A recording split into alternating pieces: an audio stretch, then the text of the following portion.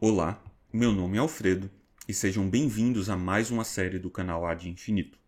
Falaremos sobre o Círculo de Viena ou como ficaram conhecidos os positivistas lógicos. Aqui no fundo nós temos algumas imagens associadas ao círculo, como por exemplo a sala onde eles faziam as reuniões do Círculo de Viena, Universidade de Viena e algumas de suas figuras notáveis. Nós vamos falar sobre todas essas figuras e entrar em detalhes a respeito das ideias do Círculo de Viena. Mas nesse primeiro vídeo falaremos sobre o positivismo histórico do Auguste Comte, que, embora radicalmente diferente, ainda tem alguma relação de semelhança, como nós veremos nesse vídeo e mais à frente. Vamos lá? É comum escutarmos em alguns círculos intelectuais, principalmente aqui no Brasil, a frase "isso é positivismo" como uma forma de dizer que algo é sem profundidade ou excessivamente cientificista. Mas aqui nesse vídeo vamos entender o que isso quer dizer exatamente. A primeira pergunta que vamos fazer é: existe somente um tipo de positivismo ou existem vários tipos e, na verdade, estamos falando ou criticando algum positivismo em particular? Em segundo lugar, o que faz diferentes grupos associarem o seu nome a essa palavra? Qual é o eixo comum de todas essas correntes? E, por fim, e mais importantemente para esse vídeo, identificar o positivismo com a figura, a filosofia de Auguste Comte é de fato um modo justo de julgar o positivismo, essa palavra de modo mais geral? Vamos investigar isso mais profundamente aqui nesse vídeo. Começamos a nossa investigação a partir do significado da palavra positivismo. O que essa palavra quer dizer e como que usamos essa palavra? Podemos associar ingenuamente a palavra positivismo a um certo otimismo em relação ao progresso das ciências. E isso talvez esteja acertadamente associado à filosofia do Auguste Comte. Mas isso não tem relação direta com o significado e o uso da palavra positivo na filosofia. O verbo positif no francês, que é a língua do Auguste Comte, tem como significado, uso filosófico, a ideia de ser imposto à mente pela experiência.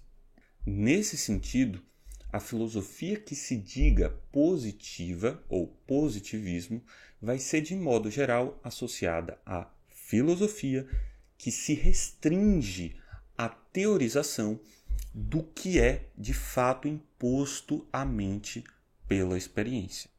As perguntas relevantes a respeito disso é: o que significa esse restringir aqui? Ele é uma restrição total ou parcial?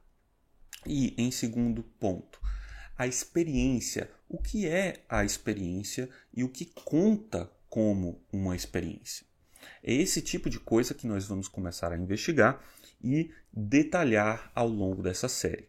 Mas, de modo geral, o positivismo, a ideia por trás de alguém se associar ao nome positivismo, tem a ver com uma forma de rejeição a especulações metafísicas.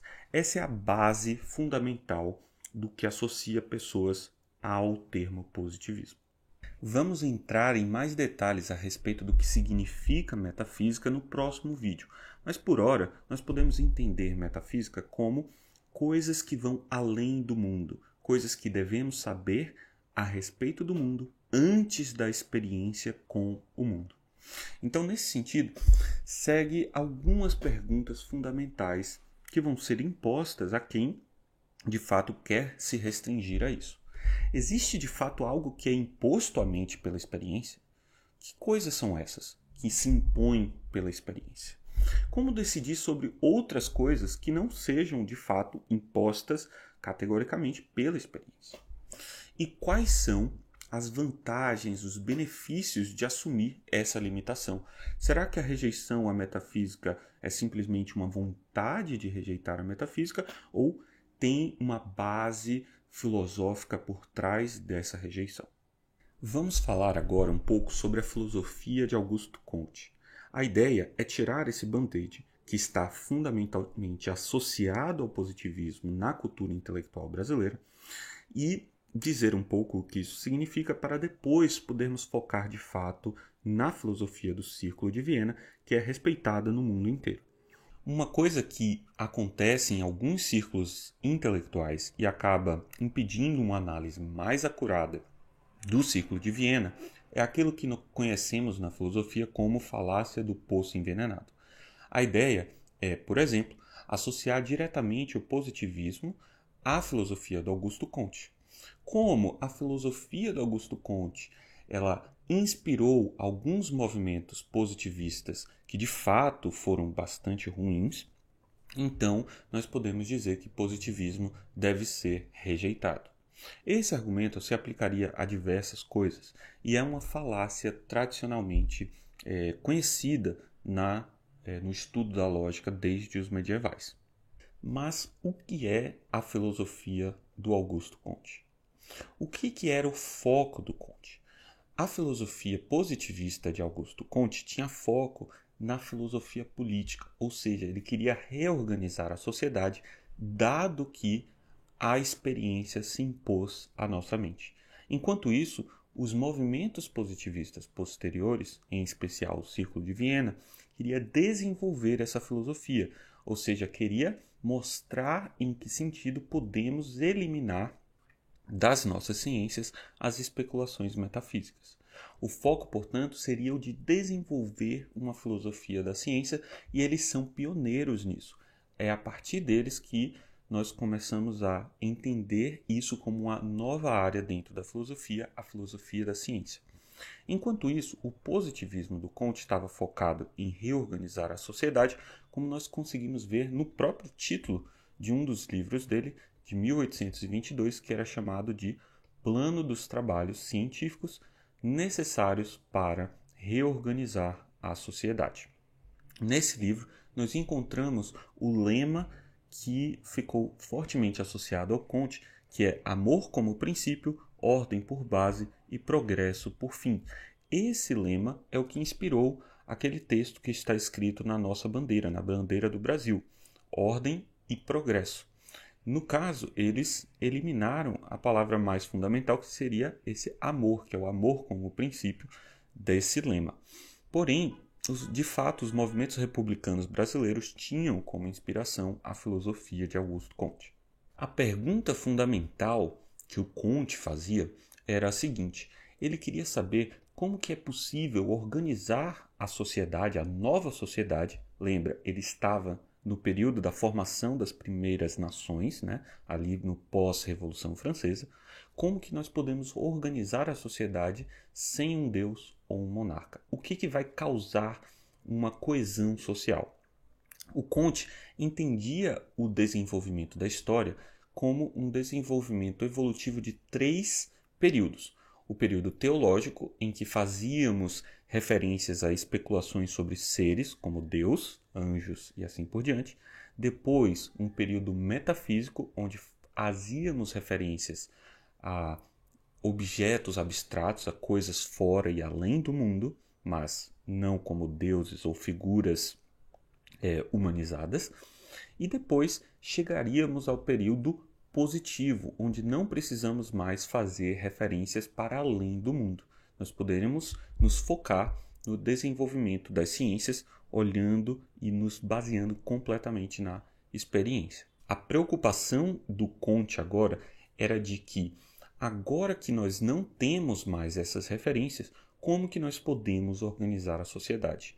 Lembra que ele vivia ali no período das revoluções francesas, em que muito tumulto estava acontecendo. É nesse sentido que ele tinha uma preocupação muito forte com a coesão social. E ele acreditava que seria uma fé positiva na ciência, ou seja, uma espécie de fé de que a ciência funciona e vai nos orientar, de que isso seria o motor da coesão social das novas nações. E é nesse sentido também que ele quer desenvolver a ciência em uma nova forma de religião, algo que vai substituir a imagem de Deus ou de um monarca. Mas o que era ciência para o Comte? Para ele, a ciência já estava desenvolvida e era precisamente aquilo que os cientistas já faziam. É um conhecimento que não é absoluto, porém ele é o melhor método para fixar as nossas crenças, o método científico indutivo, e é sempre acumulativa. Nós estamos sempre acumulando mais experiências e aprimorando as nossas teorias sobre o mundo. Para ele, essa filosofia já tinha sido desenvolvida pelo Descartes e, nesse momento, a filosofia sai da sua fase metafísica. Porém, a filosofia moral, a ética, continuaria na fase metafísica e era esse o papel que ele via para ele mesmo, o papel de retirar a filosofia moral e política da sua fase metafísica. Ou seja, o Comte não estava interessado com um desenvolvimento da filosofia positivista exatamente. Ele queria aplicar esse modelo à sociedade e desenvolver, nesse caso, uma sociologia positiva. Ele, nesse sentido, é inclusive um dos pioneiros da ideia de aplicar à sociedade e às pessoas uma ciência, né? Fazer uma ciência humana. E é precisamente nesse sentido que ele vai construir a sua hierarquia das ciências. Ele via isso como um desenvolvimento histórico. Nós começamos o desenvolvimento das ciências a partir da matemática. Nós seguimos para a cosmologia, depois para a física, desenvolvemos a química, a biologia e, por fim, desenvolveríamos a sociologia, as ciências humanas. Ele acreditava que essa hierarquia ela era uma hierarquia natural do desenvolvimento histórico, né? Mas, além disso, ela seguia um padrão. Você tem ciências mais gerais indo para ciências mais particulares. Ou seja, observe que ele entende que a cosmologia é uma ciência dentro da matemática, a química dentro da física e a sociologia dentro da biologia. Ou seja, dentro de todos os organismos, estamos estudando somente aqueles organismos humanos que formam essas coisas que nós chamamos de sociedade. Além disso, ele acreditava que quanto mais saímos de um para o outro, nós estamos saindo de modificabilidade, adaptabilidade e entrando o ambiente de maior complexidade. Ele tinha também uma visão otimista a respeito disso. Ele entendia que o desenvolvimento inicial era um desenvolvimento positivo em que o mundo se impunha à nossa mente. E no momento em que conseguimos desenvolver uma sociologia positiva, ou seja, uma sociologia que rejeita especulações metafísicas, seríamos capazes agora de modificar o mundo, ou seja, ir na direção contrária. No momento em que usamos os métodos das ciências para entender a nossa própria forma de nos organizarmos, então nós podemos agora modificar o mundo. Finalizamos esse primeiro vídeo com uma citação do Stuart Mill, um filósofo contemporâneo do Auguste Comte e muito importante. A citação diz o seguinte: portanto, não só sustentamos que Auguste Comte estava justificado na tentativa de desenvolver sua filosofia em uma religião e que havia realizado as condições essenciais de uma, mas também que outras religiões são melhoradas na proporção em que, em seus resultados práticos, são levadas a coincidir com aquela que ele visava construir, mas, infelizmente, a próxima coisa que somos obrigados a fazer é acusá-lo de cometer um erro completo no começo de suas operações. No próximo vídeo falaremos sobre a história do desenvolvimento do Círculo de Viena. Vamos focar em lembrar alguns dos seus antecedentes, as suas principais inspirações. Muito obrigado e até o próximo vídeo.